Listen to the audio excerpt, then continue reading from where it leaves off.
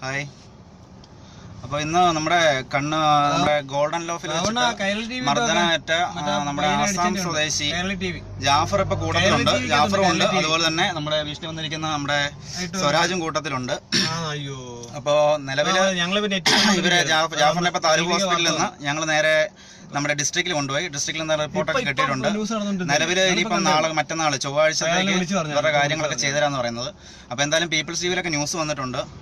എന്തായാലും വളരെ ഈ സമയത്തൊരു ഉപകാരമായിരുന്നു. കാരണം എന്ന് വെച്ച് കഴിഞ്ഞാൽ ഇല്ലെങ്കിൽ പിന്നെ നമ്മൾ ഈ ഇതര സംസ്ഥാന തൊഴിലാളി എന്ന് പറയുമ്പോൾ എല്ലാവരും ഇവരെ അങ്ങ് കുറ്റപ്പെടുത്തി നമ്മൾ താഴ്ത്തു കഴിയുമ്പോൾ ഇവരുടെ പിന്നെ തീർച്ചയായിട്ടും അവൻ്റെ ഒരു അവസ്ഥ മനസ്സിലാക്കുക. എന്തായാലും രണ്ടുപേരും ഹാപ്പി ആയിട്ടിരിപ്പുണ്ട്, കുഴപ്പമില്ല. സ്വരാജ് എന്താണെന്ന് വെച്ചാൽ പറയാനുണ്ടെങ്കിൽ.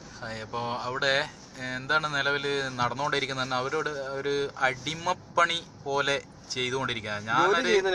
മുതലാളി ഓക്കെ, മുതലാളികൾ മര്യാദ കൊടുക്കാം, പക്ഷെങ്കിൽ അത് അവർ പറയുന്നത് പോലെ അതിനെതിരെ ഒരു പോലും ഗുണ്ടായിസമാണ് അവിടെ നടന്നുകൊണ്ടിരിക്കുന്നത്. ഒരു ജോലിക്കാരെ വെച്ചിട്ട് അവിടെ ഇപ്പോൾ ലേഡീസിനെയാണ് അധികം വെച്ചുകൊണ്ടിരിക്കുന്നത്.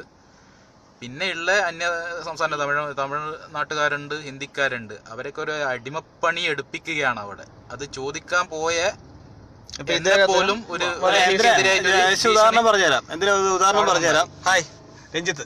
പിന്നെ ഉദാഹരണം പറഞ്ഞുതരാം. ഇപ്പം നമ്മൾ സാധാരണ നോർമൽ ഇപ്പോൾ ഒരു അന്യസംസ്ഥാന തൊഴിലാളി വന്നു കഴിഞ്ഞാൽ പോലീസ് സ്റ്റേഷനിൽ ആധാറോ അങ്ങനെയുള്ള എന്തെങ്കിലും കൊടുക്കണമെന്നാണ്. അങ്ങനെയാണ് ഞങ്ങൾ സ്റ്റേഷനിൽ പോയപ്പോൾ അങ്ങനെ ഒരു സംഭവം കൊടുത്തിട്ടില്ല. രണ്ടാമത് അപ്പോഴേപ്പോൾ ഇപ്പം ജോലി ചെയ്തതിനൊരു തെളിവില്ല. രണ്ടാമത് കാര്യം, ഇപ്പം ഇന്നലെ രാത്രി 10:30 നടന്ന സംഭവം, ഈ പയ്യനെ അടിച്ചെന്ന് പറഞ്ഞില്ല നമ്മുടെ അവനെ അടിച്ച സംഭവം, അത് അവരെ CCTVക്കകത്ത് 10:30 11 ഇടയ്ക്കാണ്. CCTVക്കകത്ത് കറക്റ്റായിട്ട് റെക്കോർഡിംഗ് ഉണ്ട്. അപ്പോഴത് വന്നോ അപ്പം അതിനിപ്പം ഒരു ഡിലീറ്റ് ചെയ്ത് എടുക്കാൻ പറ്റുമല്ലോ. കാരണം ഇന്നലെ രാത്രി അത് കിട്ടും, തീർച്ചയായിട്ടും എടുക്കാമല്ലോ.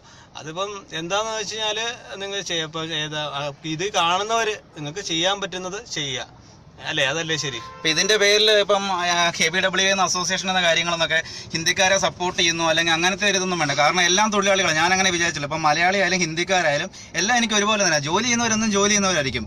പിന്നെ നമ്മൾ അത് അങ്ങനെ തിരിച്ച് ചെയ്തിട്ട് പോകുന്നവരെ മാത്രം ഇന്നുവരെ പോലീസ് സ്റ്റേഷൻ കേസോട്ട് നമ്മൾ കൊടുക്കിയിട്ടുള്ളൂ. അല്ലാതുള്ളവരെന്നും സപ്പോർട്ട് ചെയ്യാൻ നോക്കിയിട്ടുള്ളൂ. നിങ്ങൾ ആ പയ്യന്റെ ഇതൊന്ന് കാണണം. അവന് ഇടി കൊണ്ടിട്ട് ഞങ്ങള്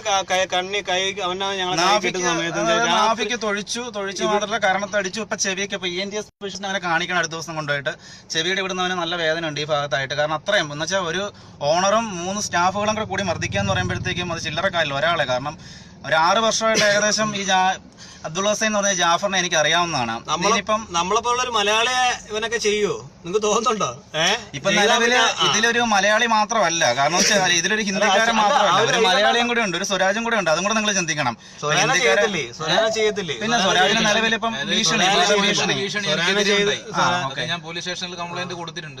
എന്തായാലും കൊല്ലം ഡിസ്ട്രിക്ട് മാത്രമല്ല കേരളം എന്ന് പറയുന്നത്. എന്തായാലും ഇപ്പം ന്യൂസ് നമ്മുടെ പേപ്പറിൽ വന്നോണ്ടിരിക്കുന്നത്, ഇപ്പൊ പോയിക്കൊണ്ടിരിക്കുന്നുണ്ട്. അതുപോലെ ഇനിയിപ്പോ കുറച്ച് കഴിയുമ്പോഴത്തേക്കും CTV ആയിരുന്നല്ലോ, കേരള TV പീപ്പിൾ വരുന്നുണ്ട്. എന്തായാലും നിങ്ങൾ നോക്കുക.